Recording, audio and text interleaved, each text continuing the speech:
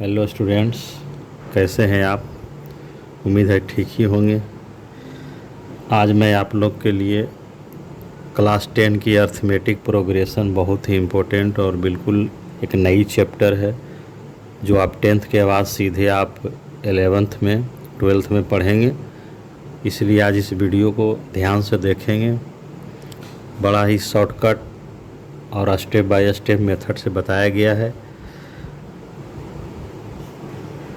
तो आप इस वीडियो में बने रहें और देखें अर्थमेटिक प्रोग्रेशन। अगर अभी तक आप मेरे चैनल पर नए हैं तो फटाफट चैनल को सब्सक्राइब करें ताकि मेरी हर अपडेट सबसे पहले आपको मिलती रहे। तो आइए हेलो सर के साथ अर्थमेटिक प्रोग्रेशन का स्टडी करते हैं। स्क्रीन पर आप देख रहे हैं कि अर्थमेटिक प्रोग्रेशन। तो पहले हम ये जानेंगे कि अर्थमेटिक प्रोग्रेशन क्या होता है, जिसको शॉर्ट फॉर्म में हम लोग AP बोलते हैं। ए फॉर हो गया अर्थमेटिक, P फॉर हो गया प्रोग्रेशन। एक्चुअली कहता है कि arithmetic progression is a list of numbers. ये नंबर का लिस्ट होता है। In which each term is obtained by adding a fix number. इसमें है to the preceding term except the first term, यानी हर पिछला टर्म में एक फिक्स नंबर ऐड करके एक अगला नंबर प्राप्त किया जाता है।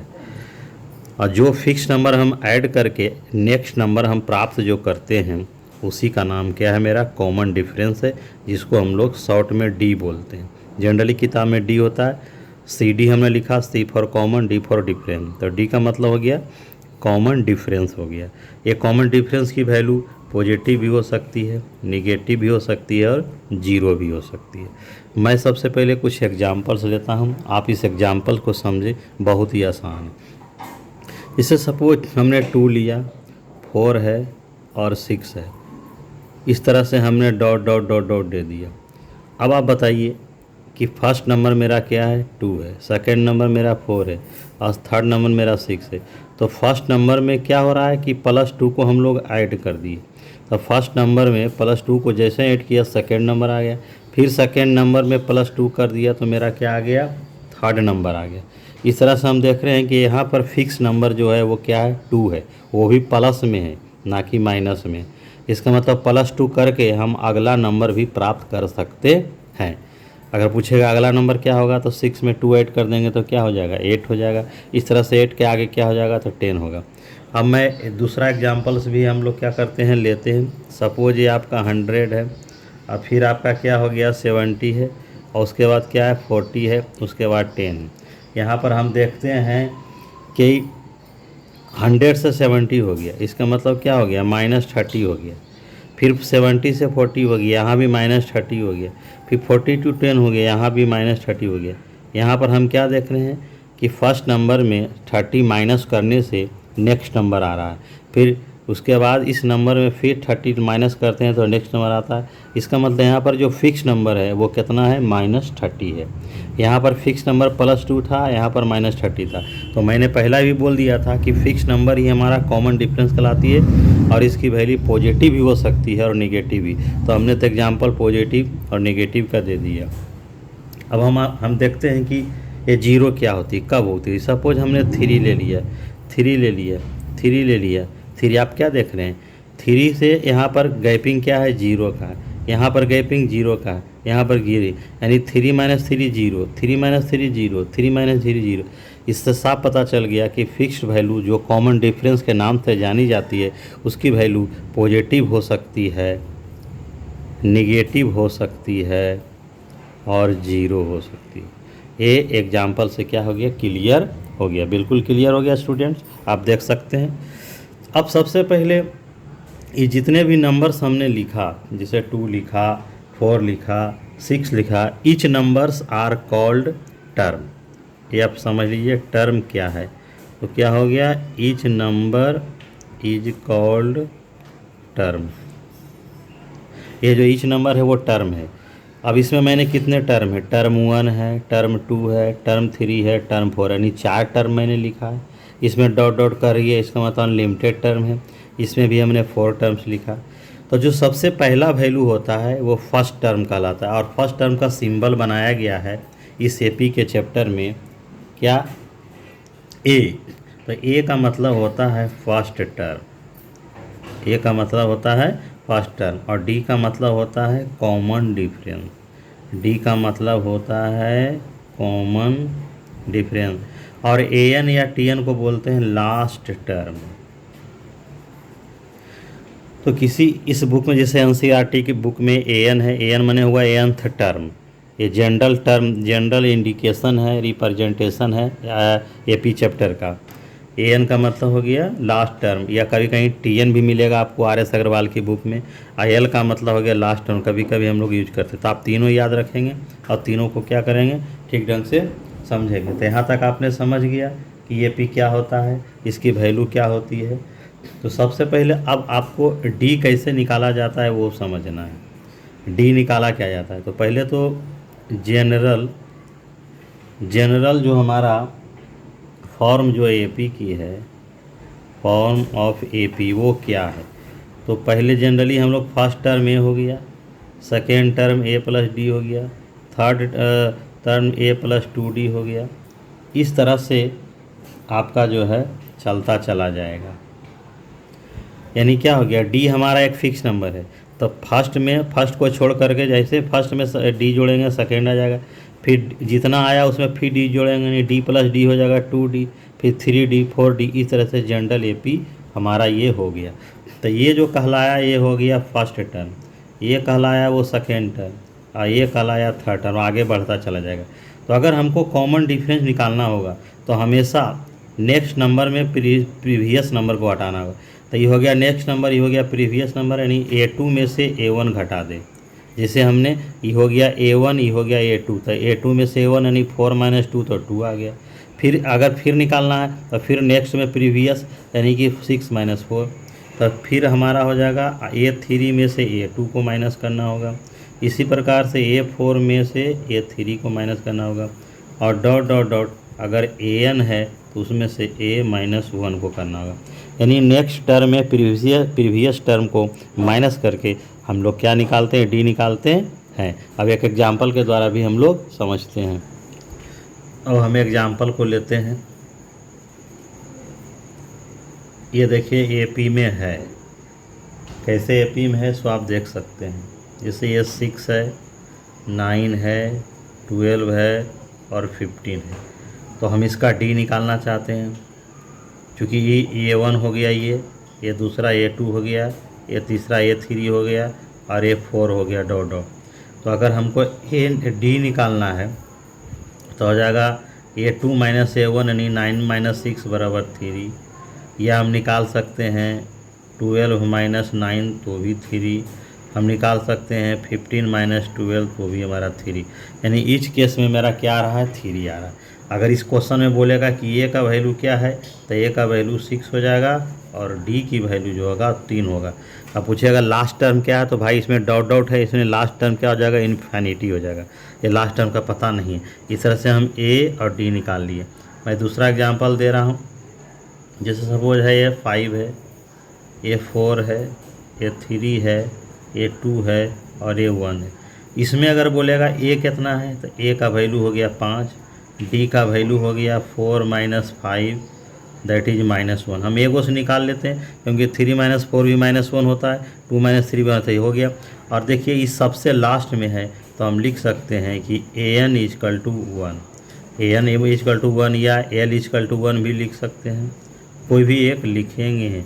इस तरह से हम ए, डी और an निकालने के लिए क्या कर गए हैं, अब सीख गए हैं। अब हम निकाल सकते हैं। यानी अब मेरे पास सबसे मेन कमान इसमें डी का है। अगर डी मालूम है और टर्म मालूम है तो आप कोई भी नेक्स्ट टर्म निकाल सकते हैं। तो मैं एक एग्जांपल द्वारा बता रहा हूँ कि आप कैसे समझेंगे कि एपी है। इसका मतलब एपी को सबसे बड़ा पहचानने का जो रूल होता है उसका कॉमन डिफरेंस होता है।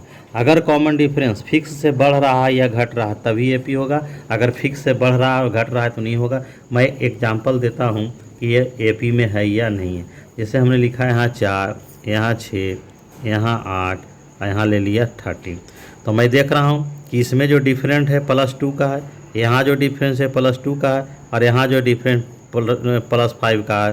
तो लिख देंगे नॉट इन एपी, ये एपी में नहीं है, क्योंकि कॉमन डिफरेंस 2 बार सही चला, अगला बार में गड़बड़ा गया, इसलिए एपी में नहीं है।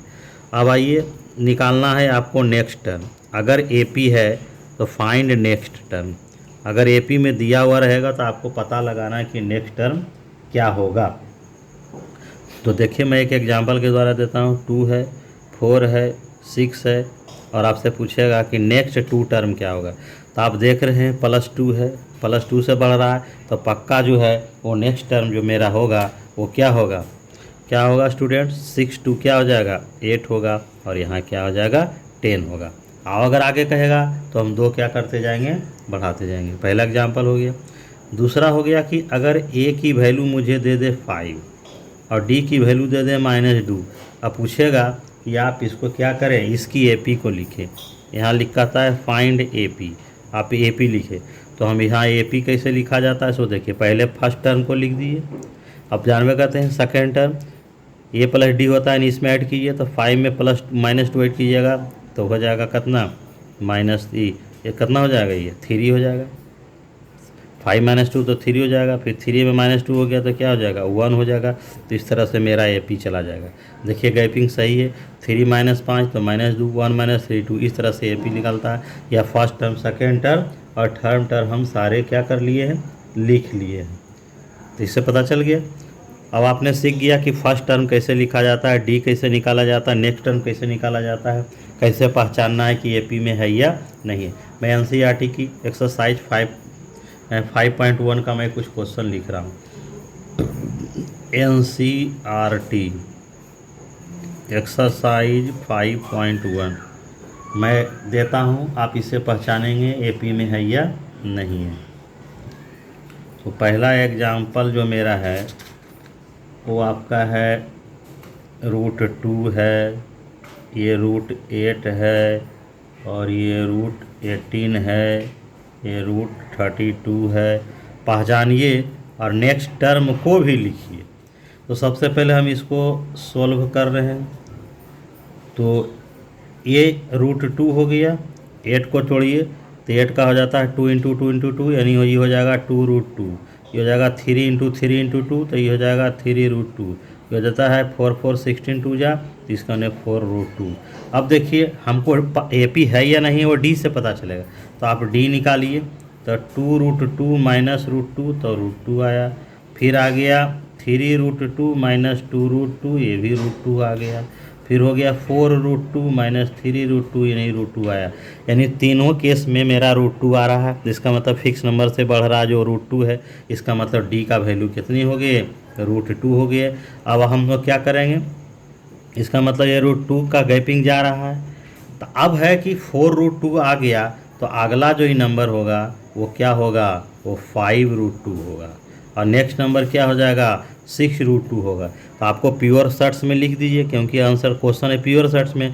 तो 5 को प्योर शर्ट में लिखने के लिए हो जाएगा 5 5 25 दूनी 50, यानी ये 50 होगा। इसको हो जाएगा 6 6 36 और दूनी 72। इसका मतलब क्या हो गया, नेक्स्ट टर्म निकल गया।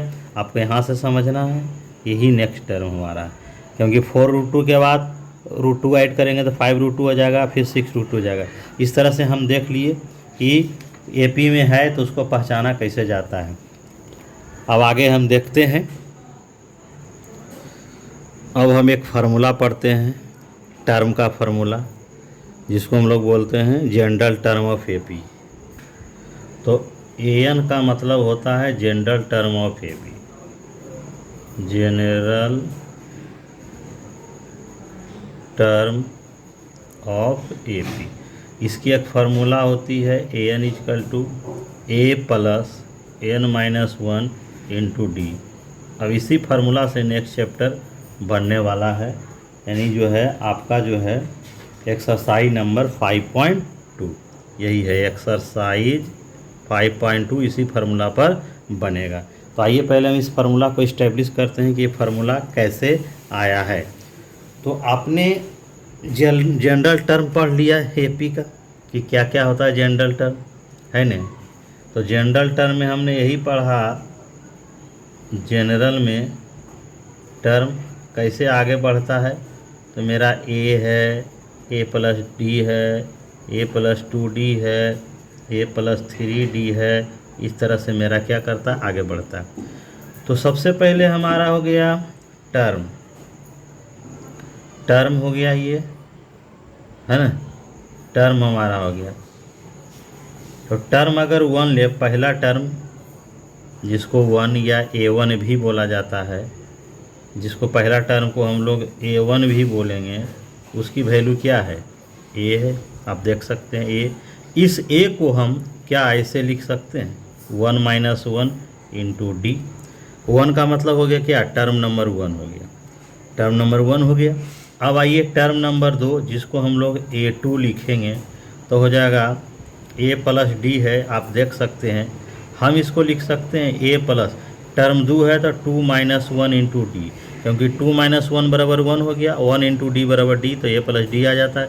यहाँ 1 माइनस 1 जीरो हो गया, 0 इंटू 2 जीरो, तो ये आ गया। इसका मतलब ये और ये दोनों सेम है, ये और ये दोनों सेम।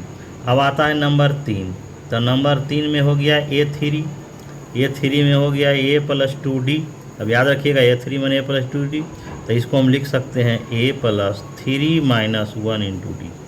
तो जैमा टर्म है उतना में 1 फिक्स है, डी फॉर्म। इसी प्रकार से चौथा में हो जाएगा, पाँचवा में हो जाएगा। अगर हम nth टर्म को लेते हैं तो nth टर्म कैसे लिखा जाएगा, an लिखा जाएगा। an का मतलब हो गया a प्लस, और तीन था तो 3 माइनस 1, तो n है तो n माइनस 1, यानी इसका मतलब ये हो गया कि nth टर्म का जनरल फार्मूला जो हो गया वो ये हो गया, जिसमें a का मतलब हो गया फर्स्ट टर्म और n का मतलब हो गया nth term. nth term, n माने हो गया nth टर्म, फोर्थ माने हो गया A4 माने हो गया चौथा टर्म, A3 माने तीसरा टर्म, तो nth माने हो गया nवा टर्म, यानी nth टर्म हो गया, nth टर्म हो गया। D माने तो कॉमन डिफरेंस हो ये गया, A माने फर्स्ट टर्म है ये, जैसा कि आप जान गए। अब कभी कभी इसको जो है L बराबर A plus n minus 1 into D लिखते हैं, कभी कभी A भी लिखता है ना, कभी कभी हम लोग A भी निकलते हैं, क्योंकि L का मतलब वही होता है। इस तरह से हम देख लिए कि अब हम फार्मूला क्या कर गए हैं, सीख गए। अब आइए हम कुछ क्वेश्चंस को देखते हैं। आप स्क्रीन पर देखिए 3 क्वेश्चन लिखे हुए हैं। पहला क्वेश्चन है कि find the 10th term of the AP। ये आपको AP गिवन है, कहता है कि अगर AP इसी तरह से आगे बढ़ता जाएगा तो आपका 10वां टर्म क्या है। आप उंगली पर भी 10 टर्म को गिन सकते हैं, ऐसा बात नहीं है, लेकिन उंगली पर गिनने में बहुत ज़्यादा समय लग जाएगा। तो आप क्या करेंगे, फार्मूला लगा दें। देखिए उंगली पर गिनिएगा 5 5 बढ़ रहा है, तो 2 है, तो 2 हो गया, 7 हो गया, 12 हो गया, 17 हो गया, 22 5 27, 5 32, 5 37, 5 42, 5 37। इस तरह से हम ऐड करके निकाल सकते हैं, लेकिन हमको फार्मूला से निकालना है। तो कैसे निकालते हैं, तो सबसे पहले आपको AD की ज़रूरत पड़ेगी। तो A बराबर हो गया 2, क्योंकि फर्स्ट टर्म A हो गया, और AP लिखा हुआ है, AP लिख दिया, इसका मतलब D इसका सेम ही होगा। तो 7 माइनस 2 5, 12 माइनस 5, इसका मतलब D बराबर कितना हो गया, 5 हो गया। हमको 10th टर्म निकालना है, जिसमें TH लगा रहेगा, वो n का वैल्यू होगा। ये जानिए, स्टूडेंट्स को बहुत सारा प्रॉब्लम इसमें होता है। तो an बराबर हो गया 10th, तो आपको पहले फार्मूला लिख देना है। an बराबर हो गया A plus n minus 1 into D. तो A हो गया, n का वैल्यू 10 है, तो हो जाएगा A का वैल्यू हो गया 2, n का वैल्यू हो गया 10 माइनस 1, और D का वैल्यू 5, तो हो गया 2, 10 में 1 गया 9, 9 पचे कितना हो गया 45, यानी 47। इससे पता चल गया था, हमने जोड़ के भी लाया था, 47 आया। बहुत आसान है स्टूडेंट। अब देखिए यहाँ पर भी इसमें कह रहा है कि कौन सा टर्म -81 होगा, और उसके बाद कहता है is any term is 0। AP आपका 21 है, 18 है, 15, यानी 3 का माइनस हो रहा है, यानी ये घट रहा है। तो कहता है कि अगर इसी तरह से घटते रहेगा तो क्या कोई ऐसा कोई टर्म है या एक कैमा टर्म है जो -81 होगा। तो जब टर्म की बात पूछेगा तो ये जो वैल्यू होता है वो an होगा। तो an का वैल्यू ये भी होगा, ये हो an ही होगा। तो पहला टर्म में an बराबर लिख दीजिए -81, और a बराबर तो आपका 21 है ये है, और d बराबर 18 माइनस 21 यानी -3 होगा। अगला में से पिछला हमेशा घटाना, इधर से इधर नहीं घटेगा, जब भी घटेगा तो इधर से इधर घटेगा। अब आप फार्मूला लिख दीजिए। तो an बराबर हो गया A plus n minus 1 into D. तो an का वैल्यू कितना है, -1, जिसको पता लगाना है वो an का वैल्यू होगा। A का क्या हो गया 21, n तो मालूम ही नहीं है, और d का वैल्यू कितना हो गया -3। अब आप क्या करें, ये 21 को इधर लाइएगा तो एक एक कितना हो जाएगा 2, और 8 2 कितना हो जाएगा 10, ये हो गया n-1। अगर स्मार्ट सॉल्यूशन करना है तो इसको आप कभी मल्टीप्लाई ना करें, इसको काटने का कोशिश करें। तो 3 से कट गया, 3 तिया 9 और 3 चौका 12 42। इसका मतलब ये हो गया कि n-1 इक्वल टू 34 और n इक्वल टू कितनी हो गया 35, यानी वो 35वां टर्म है जो 81 होगा। अब आइए हम इसको चेक करते हैं कि जीरो है कि नहीं। तो यहाँ भी वैसे कर देंगे, जीरो बराबर ए का वैल्यू दे दीजिए 21, वही n माइनस और डी का वैल्यू तो आपका -3 है, ये 21 उधर चला जाएगा तो -21 हो जाएगा इक्वल टू n-1 इंटू -3। इस तरह से माइनस माइनस कट गया और 3 7 1 है, यानी n-1 बराबर 7, देयरफॉर n बराबर 8। इसका पता चलता है कि 8वां टर्म जीरो होगा, यानी दोनों सही है। एक जो है 35वां टर्म 81 होगा और एक 8वां टर्म क्या होगा जीरो। अब आइए दूसरा क्वेश्चन, अगला क्वेश्चन है कि अगर डी का वैल्यू दिया रहे, एन का वैल्यू दिया रहे, एन का वैल्यू रहे तो ए कैसे निकालें। अभी तक तो आपने एन निकाला, एन निकाला, अब ये निकालते हैं तो कुछ नहीं, इसका तो सीधा फार्मूला लिख दिया जाएगा। तो हो जाएगा a plus n-1 into d student. तो एन का वैल्यू तो दिल है -5 और ए का वैल्यू तो मालूम ही नहीं है। एन का वैल्यू हो गया 18 -1 और डी का वैल्यू आपका कितना दिया हुआ -3। अब आइए, अब क्या हो जाएगा, ये 18 -1 17 हो गया, तो 70 दिया 51, तो -5 बराबर ए और हो जाएगा -51। 18 17 हो गया -51, तो ए बराबर हो गया -5 प्लस 51, यानी कितना हो गया 46। इस तरह से हम ए का वैल्यू क्या कर लिए, निकाल लिए। और हम क्वेश्चन देखते हैं एक्सरसाइज का, ये एक्सरसाइज NCERT हो रहा है। अब क्वेश्चन नंबर 4 को लेते हैं। इसमें लिखा हुआ है कि फाइंड द 31st टर्म, 31वां टर्म निकालना है, of an AP whose 11th term is 38 and 16 term is 17। यानी 11th टर्म की वैल्यू गिवन है और 16 टर्म की वैल्यू गिवन है। बस आपको करना कुछ नहीं, आप ए और डी निकालिए, बाकी सब काम हो जाएगा। तो सबसे पहले सॉल्यूशन हम लोग करते हैं। गिवन क्या है 11th, तो 11th का इंडिकेशन होगा A11, यानी A11 की जो वैल्यू है वो 38 है। उसके बाद आपका हो गया 16, तो यहाँ हो जाएगा A16, इसकी वैल्यू हो जाएगा 73। अब A11 का मतलब क्या हो गया, A plus 11 minus 1 into D, D चूँकि मालूम नहीं इसलिए हम छोड़ दिए, तो हो जाएगा कितना A plus 10D equal to 38। ये इक्वेशन फर्स्ट हो गया। सिमिलरली आप A16 है, तो A16 को हम डायरेक्ट लिख सकते हैं A प्लस 15D, क्योंकि 11 है तो 11 माइनस 1 हो जाता है, तो 15 है 15 माइनस D, तो ये हो जाएगा 17, ये सेकेंड। अब इस दोनों को क्या करते हैं, सब्ट्रैक्ट करते हैं।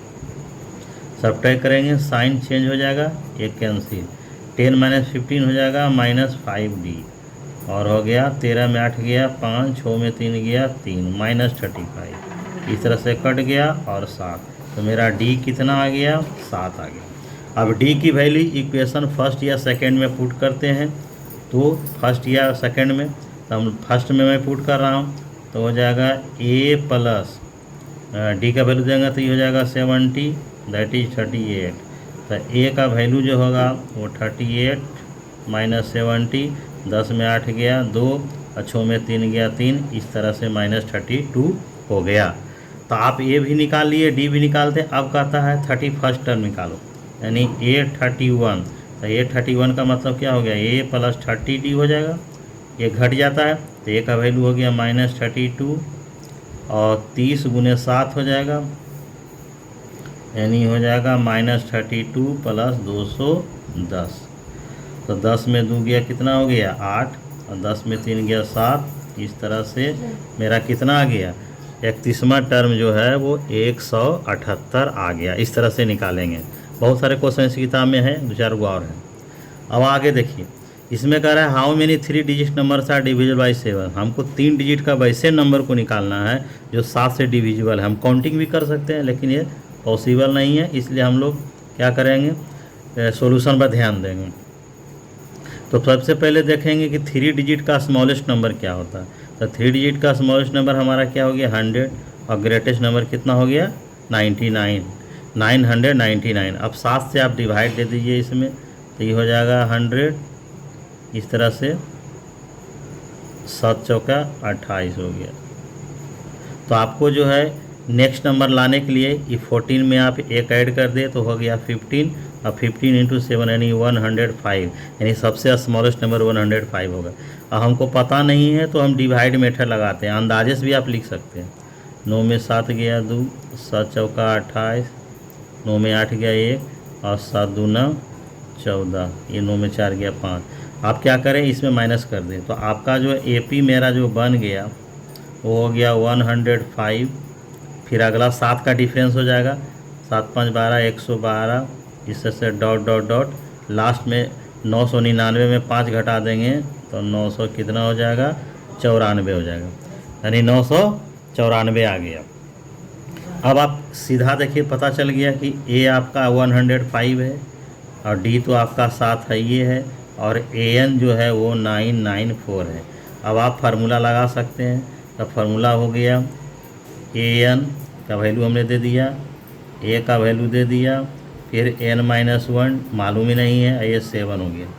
अब इसको घटाइए तो 14 में 5 गया 9, यहाँ बचा 8 और 9 में आ गया 8, यानी हो गया N-1 इंटू 7।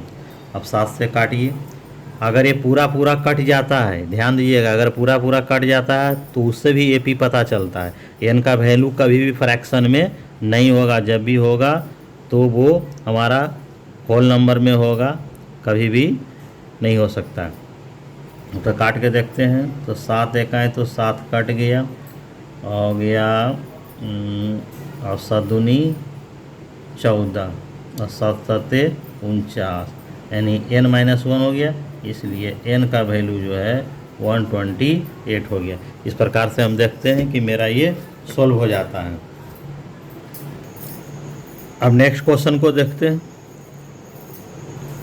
ये सबसे अलग क्वेश्चन, इसमें है क्या, आपको AP गिवन है, AP गिवन है तो हम इधर जनरली हम लोग इधर से टर्म को काउंट कर रहे हैं लेफ़्ट टू राइट, लेकिन ये पूछ रहा है कि लास्ट टर्म जो 253 है, इधर से गिनती गिन करके आपको पता लगाना है कि 20वां टर्म की वैल्यू क्या होगा, इधर से काउंट कराना है। इसके लिए मैं एक बहुत शॉर्टकट फार्मूला दे रहा हूँ। पहले आप A बराबर लिख दीजिए, तो A की वैल्यू कितनी हो गई 3 हो गई, A का वैल्यू 3 हो गया, और D की वैल्यू कितनी हो गई 8 - 3 यानी 5 हो गई, ये 5 हो गया। अब हम लोग क्या करेंगे, इसका एक फार्मूला लगावेंगे, तो लिखेंगे 20 टर्म, पिछले 20 टर्म फ्रॉम लास्ट, यानी हम पीछे से निकाल रहे हैं, तो फार्मूला हो गया L - N-1 इंटू D। तो L का वैल्यू तो 253 है ही, N का वैल्यू हो गया 20 - 1 और D का वैल्यू हो गया 5, तो ये हो जाएगा 253 और 20 में गया 19, 19 पचे 95, तो 13 में 5 गया क्या बचा 8, 14 में 9 गया 5 यानी 158। इससे पता चला कि पीछे से 20वां टर्म की वैल्यू 158 है। अगर आप ये फार्मूला लगाते हैं तो बहुत आसानी से हो जाएगा। अगर आप इस फार्मूला से लगाते हैं तो आपको D माइनस में लेना पड़ेगा, तो हमारा आंसर आ जाएगा। उसमें पहले N भी निकालना होगा, तो सबसे आसान यही होगा, सबसे शॉर्टकट ट्रिक्स है। आपका A जैसे वैसे है, D आप जिससे निकालते हैं निकालिए, L का वैल्यू आप दिया हुआ है तो L - N-1 इस फार्मूला का यूज कीजिए, ये बहुत ही कारगर फार्मूला है। इस तरह से हम क्वेश्चन नंबर 6 को देख लिए। देखिए हेलो स्टूडेंट्स, अब देखें आप एक्सरसाइज 5.2 का क्वेश्चन नंबर जो है वो 6 है। इसमें आपको चेक करना है कि -150 जो है इस AP का मेंबर है या नहीं।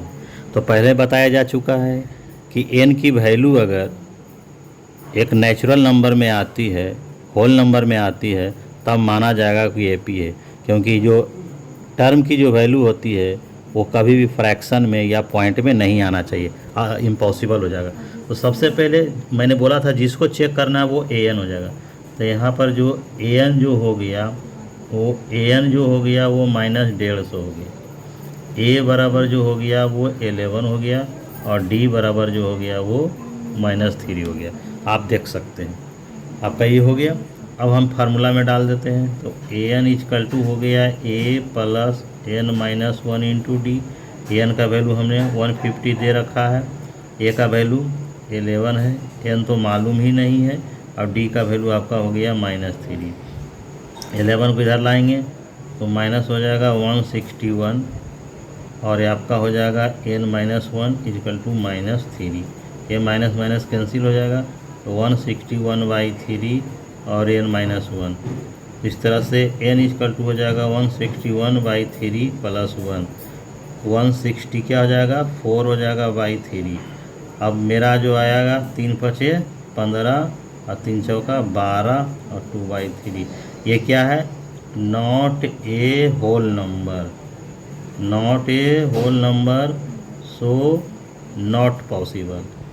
अर्थात 150 जो है वो इस एपी का मेंबर है ही नहीं। इस तरह से हम चेक कर लेंगे। आइए देखिए, बहुत इंपॉर्टेंट क्वेश्चन है। 2 एपी का डिफरेंस दिया हुआ है, 2 एपी के 100वां टर्म का डिफरेंस दिया हुआ 100, तो कहता है कि 1000वां टर्म का डिफरेंट क्या होगा। तो लिख देते हैं कि लेट 2 एपीज आर जो हमारा हो गया, 2 एपी का जो हमारा हो गया वो आपका जो हो गया ए हो गया और ए डैश हो गया।